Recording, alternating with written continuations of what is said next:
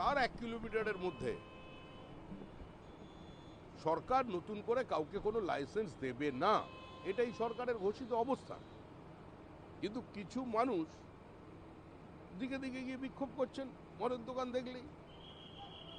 তো এটা মুখ্যমন্ত্রীর বার্তা নয়, এটা মুখ্যমন্ত্রীর অবস্থানের অপব্যাখ্যা করা হচ্ছে।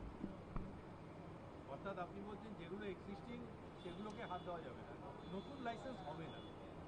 নতুন, আরে এটা তো সরকারের ঘোষিত অবস্থানই ছিল, আগের সরকার এগুলোকে ইমপ্লিমেন্ট করেনি। মন্দির, স্কুল বা জনবসতির থাকলে কোথায় মদের দোকান হবে তার জন্য আবগারি দপ্তরের একটা নির্দিষ্ট নির্দেশিকা ছিল, সেটা থেকে কিছু কিছু জায়গায় বিচ্যুতি হয়েছে। আর মুখ্যমন্ত্রী সেটাই স্পষ্ট বার্তা দিয়ে জানিয়ে দিয়েছেন, বর্তমানের যে সরকার, পশ্চিমবঙ্গ রাজ্য সরকার নতুন করে কাউকে 1 কিলোমিটারের মধ্যে লাইসেন্স দেবে না। কিন্তু তিনি দোকান বন্ধ করার জন্য বা দোকান বন্ধ এখনই করতে হবে এ ধরনের কোনো বার্তাও দেননি, কোনো লোককেও পাঠাননি। সরকারে আসার জন্য বিজেপির যে সংকল্পপত্র ছিল, সংকল্পের অন্যতম দুটি সংকল্প ছিল আয়ুষ্মান ভারত এবং অন্নপূর্ণা ভাণ্ডার।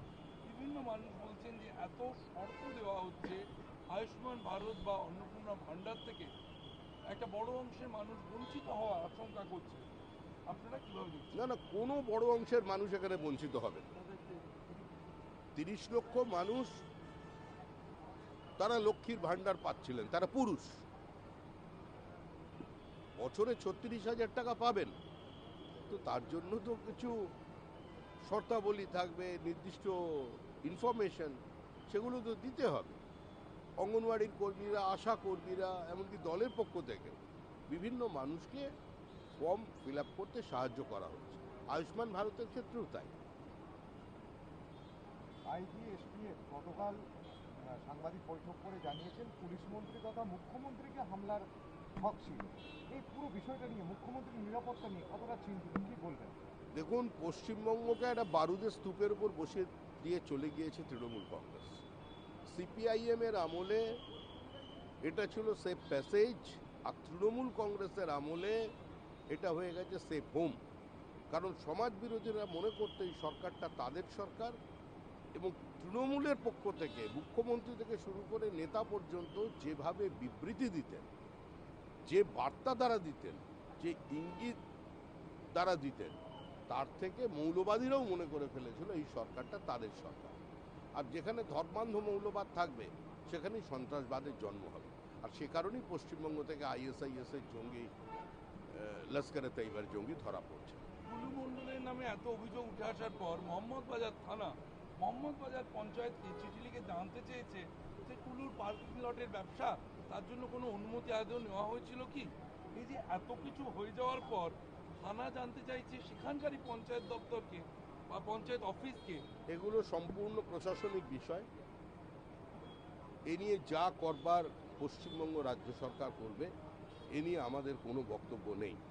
এই সরকার আইন মেনে, আইনের পথে হেঁটে যদি কেউ অপরাধ করে থাকেন তাকে শাস্তি দেবে।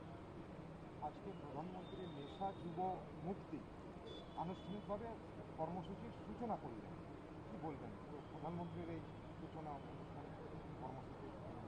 নেশামুক্ত ভারত গড়বার লক্ষ্যে প্রধানমন্ত্রী দীর্ঘদিন ধরে কাজ করে চলেছেন। বহু মানুষ তার এই আন্দোলনে এগিয়ে এসছেন। আমরা চাই সমাজে এটা একটা গণ আন্দোলনের রূপ নেই, তাহলেই মানুষকে নেশামুক্ত করা যাবে। বিজেপির বিভিন্ন মানুষ যারা এইসব খাদান, প্রমোটারি বা এই পার্কিং ব্যবসা, নানান জায়গায় একটা বড় দল, বিভিন্ন নেতা জড়িত, তাদের উদ্দেশ্যে রাজ্য সভাপতির বার্তা কি? দেখুন, কেউ যদি জড়িত থাকে আপনি তার ছবি দেখান, তার নাম নিয়ে আসুন। একটা অভিযোগ করে দিল বিজেপির নামে, এটা তো কোনো অভিযোগ নয়। বিজেপির কোনো বড় নেতা কোনো খাদান, কোনো বালি, কোনো পাথর, কোনো কয়লার সঙ্গে যুক্ত নয়।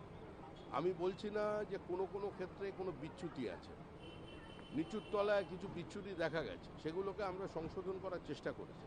এবং রাজ্যের মুখ্যমন্ত্রী শুভেন্দু অধিকারী যেদিন শপথ নিয়েছেন তার পরের মুহূর্ত থেকেই তিনি এর বিষয়ে কড়া পদক্ষেপ নিয়েছেন এবং এটাকে বন্ধ করতে যা করার তিনি করবেন প্রশাসনের পক্ষ থেকে, দলের পক্ষ থেকে। যদি আমাদের কর্মীদের কোথাও কোনো বিচ্যুতি থেকে থাকে সেটা সংশোধন করবার আমরা আপ্রাণ চেষ্টা করব। আজ দুপুরেও আপনি প্রোটেকশন মানি নিয়ে বার্তা দিয়েছেন যে কেউ কাউকে প্রোটেকশন দিতে যাবেন না, বিভিন্ন বিষয় আপনি তুলে ধরেছেন। এই যে তোলাবাজি, প্রোটেকশন, না, প্রোটেকশন মানির কথা আমি বলিনি। আমি বলেছি কেউ যদি চোখের জল ফেলে এসে হঠাৎ আপনার কাছে পৌঁছে যায় আর আপনি আবেগতাড়িত হয়ে একটু মোহভঙ্গ হয়ে যান, তাহলে তা থেকে বিরত থাকবেন। কারণ মানুষ এদের চেনে, এদের মানুষ খুন করতে দেখেছে, নিরপরাধ মানুষের উপর অত্যাচার করতে দেখেছে, মানুষের সম্পত্তি কেড়ে নিতে দেখেছে, বিভিন্ন জায়গায় মানুষের সামাজিক সত্তাকে অপহরণ করতে দেখেছে। আর এদের বিরুদ্ধেই এই নির্বাচনে মানুষ ভোট দিয়েছে। সুতরাং যদি এ ধরনের কাজ আপনারা করতে যান তাহলে ওই যে ডিম থেরাপি চলছে, ওই ডিমের অভিমুখটা কিন্তু বদলে যাবে। সতর্ক থাকবেন। দলের পক্ষ থেকে নজরদারি চালাবেন রাজ্য সভাপতি এবং রাজ্য নেতৃত্ব? দলের পক্ষ থেকে সম্পূর্ণ নজরদারি আছে। বিজেপি একটা সংগঠিত রাজনৈতিক দল। আমাদের যারা দায়িত্বে আছেন, যে যে জেলার দায়িত্বে আছেন, মহকুমার দায়িত্বে আছেন, তারা এই বিষয়ে নজরদারি করছেন। তারা রেগুলার ট্যুর করছেন। কোনো জায়গায় এ ধরনের কোনো বিচ্যুতি যখনই শোনা যাচ্ছে, পার্টি সেখানে প্রয়োজনীয় ব্যবস্থা নিচ্ছে। হ্যাঁ।